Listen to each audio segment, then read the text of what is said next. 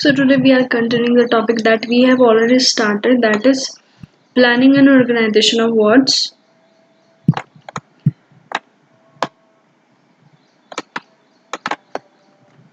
So the subtopics are definition of ward planning, objectives of ward planning, nursing zones in areas, design and layout. These 5 points we have completed. Now we'll see ward design, physical facilities, furnishing, patient care units. So starting with the ward design. So ward design को discuss करने से पहले हमें देखेंगे कौन कौन से ward की टाइप्स होते हैं, है ना। जनरल वार्ड हमने देखा है, स्पेसिफिक वार्ड्स हमने देखे हैं। जनरल वार्ड्स में वो पेशेंट्स होते हैं जिनको कोई स्पेशल लाइफ सेविंग केयर नहीं चाहिए और वो नॉन स्पेसिफिक एलिमेंट्स या माइनर एलिमेंट्स के साथ होते हैं, कोल्ड का, फीवर, डायरिया एक्सेट्रा। इसमें जो नर्स पेशेंट रेशियो है दैट इज 1:5, यानी कि एक नर्स 5 पेशेंट को केयर करेगी। Then routine investigation, routine activities, daily care needs, treatment इसके अंदर हम फॉलो करते हैं। एग्जाम्पल्स क्या क्या है, female medical ward and male medical ward. Then specific wards की अगर बात करें, यहाँ पे क्या है, पेशेंट्स वो require special care. Examples are emergency ward, intensive care unit, specific septic nursery, post operative ward, burn ward, intensive coronary care unit or ICCU, postnatal ward and nursery. Now we'll see the types of ward design.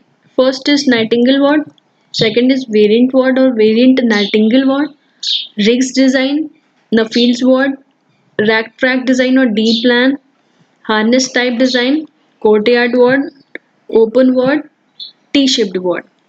So we'll see one by one. इसका जो अगर आप इसके descending order में जाओगे, descending order में जाते हुए इनका इंपॉर्टेंस और जो यूसेज है वो कम हो जाता है, इसलिए जो इनका डिस्क्रिप्शन है वो भी कम है। ठीक है, तो स्टार्टिंग वाले हम थोड़ा सा ज़्यादा डिटेल में पढ़ेंगे, नीचे वाले के हम जो नीचे वाले पॉइंट्स है, नीचे वाले टाइप्स है, वो थोड़ा सा ब्रीफ में हम डिस्कस करेंगे, बहुत ही ब्रीफ में। So first is Nightingale ward. Nightingale ward Florence Nightingale के नाम पे पड़ा है। ठीक है, तो 19th सेंचुरी में जब क्राइमिन वॉर हुआ था उस टाइम पे ये जो वार्ड का डिजाइन है वो came into existence. Bed strength की अगर इसमें बात करें, 14 बेड स्ट्रेंथ हम इसमें रख सकते हैं। इसका ये लेआउट है, इसमें आप देख सकते हो 3 पार्ट्स है मेन, एक तो ये वाला, एक ये जो ये लंबा सा है और एक ये वर्टिकल। तो जो ये स्क्वायर है इसको हम एंसिलरी या ऑक्सिलरी एरिया बोलते हैं, supportive area. This is primary area जिसमें आपके बेड्स और नर्सिंग स्टेशन आ जाता है, और साथ जो ये vertical area this is sanitary area जहाँ पे आपके टॉयलेट्स और बाथरूम्स होते हैं। इससे हम और इजीली समझ सकते हैं। एंसिलरी एरिया में वो आप एक्टिविटीज़ करते हैं जैसे कि पेशेंट का असेसमेंट करना है, या फिर जहाँ पे आप यूटिलिटीज़ आप सारी चीज़ें रखते हैं, सप्लाईज है, इक्विपमेंट्स हैं, लीनेंस वगैरह वार्ड की। देन ये आपका जो प्राइमरी एरिया जहाँ पे बेड्स और नर्सिंग स्टेशन होता है, इसका जो विड्थ है that is 8 metre. And next is sanitary area, total length of the ward is 35 metre.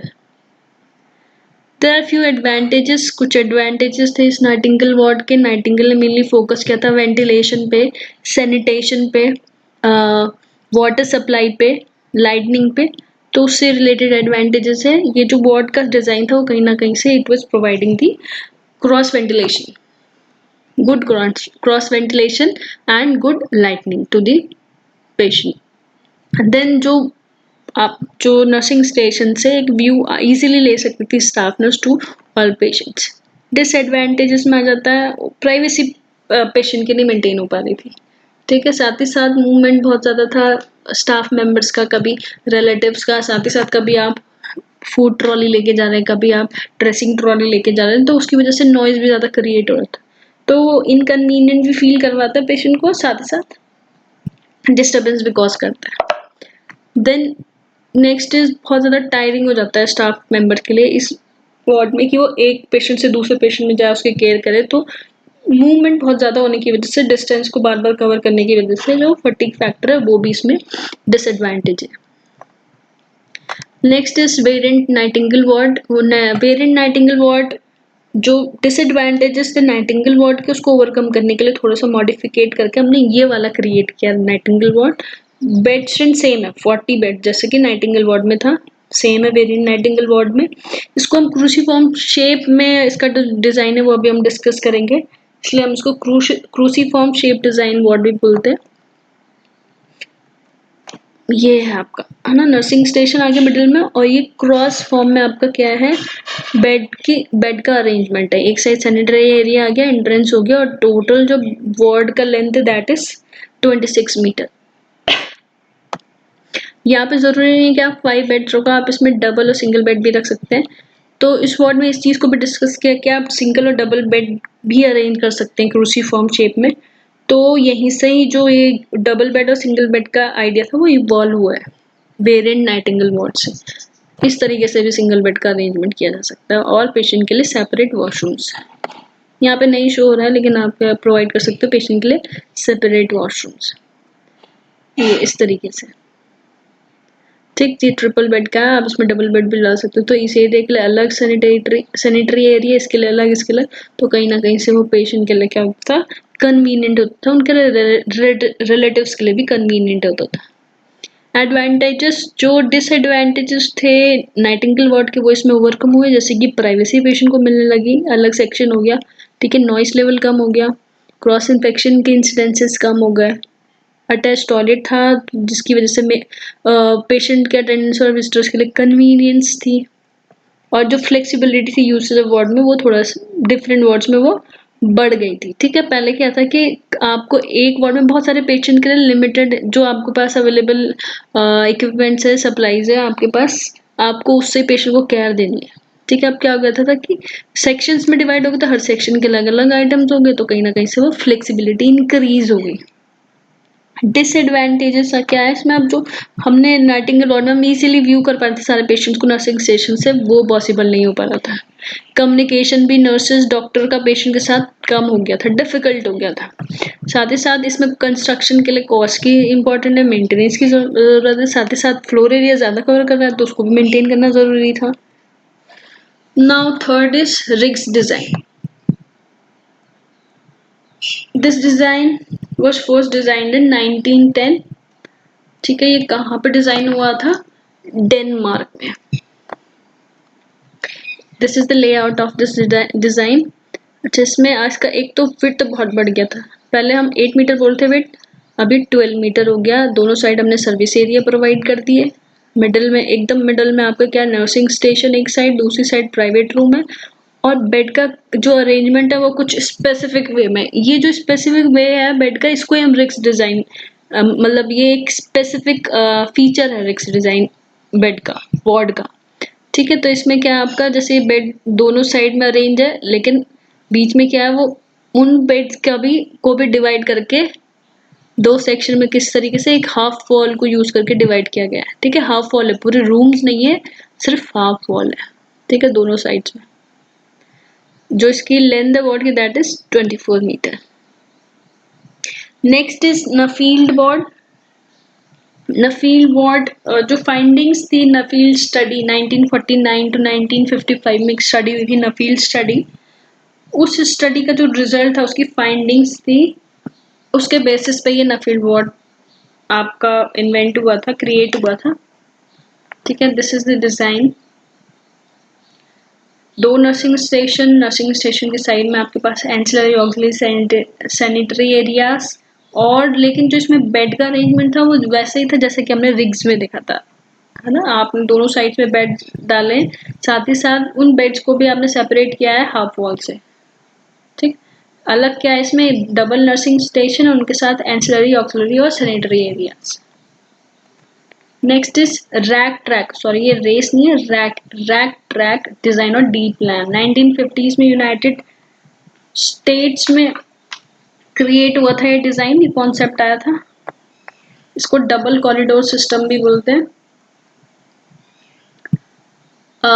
इसमें आप जो बेड स्ट्रेंथ ले सकते हैं 36 बेड स्ट्रेंथ ली जा सकती है, और 2 nursing station. So this is the design, rack track design, nursing station with ancillary or auxiliary area, 2 nursing station, and these are the patient room, these are not bed, patient's room। आप इन rooms में किस तरीके से arrange करना चाह रहे हो, उस अकॉर्डिंग नंबर इन रूम्स का आप इंक्रीज या डिक्रीज कर सकते next is harness type ward, cross type भी हम इसको बोलते हैं। इसमें आप सिंगल, डबल, 4 या 8 बेड्स यूज कर सकते हैं क्रॉस टाइप में। This is design C, cross में है इसलिए हमने क्रॉस टाइप भी बोला। सिंगल बेड, डबल बेड ये हम यहाँ पे यूज कर रहे हो, और 6 बेड भी, इसको आप 8 भी इंक्रीज कर सकते हो। तो 3 साइड हमने क्या कर दिया, बेड का अरेंजमेंट अकॉर्डिंगली, जिस अकॉर्डिंग आप चाहते हैं। देन बीच में नर्सिंग स्टेशन, देन एक साइड में आपने कॉमन एरिया प्रोवाइड कर दिया। कॉमन एरिया में आप या तो सिटिंग फैसिलिटीज प्रोवाइड कर सकते हैं, या फिर एंसिलरी सर्विसेज प्रोवाइड कर सकते हैं, या फिर आप यूटिलिटी सर्विसेज प्रोवाइड कर सकते हैं। That depends on you. Now courtyard ward cost saving है, makes provision for natural light and ventilation. Open ward में क्या होता है, एक हॉल है, उसमें बीच में आप नर्सिंग स्टेशन बनाते हैं और साइड्स में आपके बेड्स होंगे रोज में। देन टी शेप्ड में क्या है, आपका नर्सिंग स्टेशन है, नर्सिंग स्टेशन के पीछे एंसिलरी एरिया हो जाएगा, ठीक है, जो टी की टेल को बनाएगा। और जो साइड और फ्रंट में क्या होगा, जो नर्सिंग स्टेशन उसके फ्रंट में क्रिटिकल पेशेंट्स होंगे, और दोनों साइड्स में आपके आइसोलेशन वाले पेशेंट्स होते हैं, ठीक है। तो कहीं ना कहीं से वो टी शेप का स्ट्रक्चर बनता है, इसलिए हम इसे टी शेप्ड वार्ड बोलते हैं। So we have completed ward design, types of ward design. Now we'll see physical facilities. So it includes 3 points. First is size of ward. ये वाला point हम बहुत बार डिस्कस कर चुके हैं। अब मैंने आपको नोट्स दिए, आप उन नोट्स को भी पढ़ सकते हैं। Then patient housing area. This is an area where patients are kept for treatment. ठीक है, इस एरिया में पेशेंट को ट्रीटमेंट के लिए रखा जाता है, यानी कि हम बेड और बेड के आसपास के एरिया की बात कर रहे हैं। तो इसके बारे में डिटेल्स नोट्स में आप उसमें देख लीजिए, कुछ पॉइंट्स जो आपको देखने पड़ेंगे। जैसे कि 2 बेडेड के लिए आप 2 बेडेड रूम के लिए कितना स्क्वायर फीट का आपको चाहिए पर बेड स्पेस, ठीक है। 4 बेडेड के लिए कितना चाहिए, 6 बेड के लिए कितना चाहिए, वो सारा का सारा इसमें दिया गया है। वॉल साइड में तो कितने फीट की होनी चाहिए, बेड का लेंथ कितना होना चाहिए, विड्थ कितनी होनी चाहिए, आईसीयू के लिए कितना बेड पर बेड के लिए स्पेस प्रोवाइड करना है, ऑब्स्टेट्रिक के लिए कितना प्रोवाइड करना है। तो सारी डिटेल्स आप नोट्स में एक बार देख लेना, वो आपको याद करना पड़ेगा। Next is third point under physical facilities, support service area, ठीक है। So this support service area includes these points, nursing station और ड्यूटी रूम, ठीक है। तो नर्सिंग स्टेशन ड्यूटी रूम क्या है, आपका जो जहाँ पे रिकॉर्ड्स मेंटेन होते हैं नर्सेस के, ठीक है। तो ये आपका डिजायरेबल इसके लिए प्लेस या लोकेशन क्या सेंट्रलाइज होना चाहिए ना, मिडल ऑफ द वार्ड, ताकि किस इजीली या इक्वल टाइम लगे सारे पेशेंट्स के लिए, ज़्यादा टाइम ना कंज्यूम हो। देन ट्रीटमेंट रूम में आप क्या करते हो, पेशेंट का जैसे एग्जामिनेशन करना है तो एग्जामिनेशन टेबल आपको चाहिए, स्पॉटलाइट चाहिए, ड्रेसिंग मटेरियल चाहिए, हैंड वॉशिंग फैसिलिटीज चाहिए ट्रीटमेंट रूम में। क्लीन वर्क एरिया में आपका जाता है, जैसे आपको कोई ट्रे प्रिपेयर करनी है, जो मटेरियल्स है आपको उनकी केयर करनी है, इक्विपमेंट्स हैं, सप्लाईज हैं, तो वो सारी चीज़ें आपकी क्लीन वर्क एरिया रूम में आ जाएगी। पैंट्री में आप डिशेज को स्टोर करते हैं, उनको वॉश करने के लिए यूज करते हैं। यूनिट स्टोर में आपका लिनेंस वगैरह आप स्टोर करके रखते हैं, सप्लाईज स्टोर करके रखते हैं। सैनिटरी एरिया में आपका टॉयलेट्स, बाथरूम हो गया, डर्टी यूटिलिटी रूम हो गया, और स्वीपर्स के लिए store. And the last is auxiliary area, इसमें आपका आ जाता है डॉक्टर्स के लिए या ड्यूटी रूम हो गया, क्लिनिकल साइड रूम हो गया, सेमिनार अगर आपको करना है तो उसके लिए एरिया हो गया, अटेंडेंट रूम हो गया, locker room for staff. So these are the support service areas. Now last point under planning and organization of ward is furnishing patient care unit. तो इस पे आपको एक असाइनमेंट बनाना है, फर्निशिंग पेशेंट केयर यूनिट। क्या क्या आपको आइटम्स चाहिए, क्या क्या आपके पास फैसिलिटीज होनी चाहिए, आप क्या क्या फैसिलिटीज प्रोवाइड करोगे। छोटी छोटी चीज़ें जैसे कि बेड हो गया, बेड साइड ट्रॉली हो गया। तो इस तरीके से आपको एक पेशेंट केयर यूनिट में क्या क्या आइटम्स चाहिए वो आपको लिस्ट बनानी है। Thank you.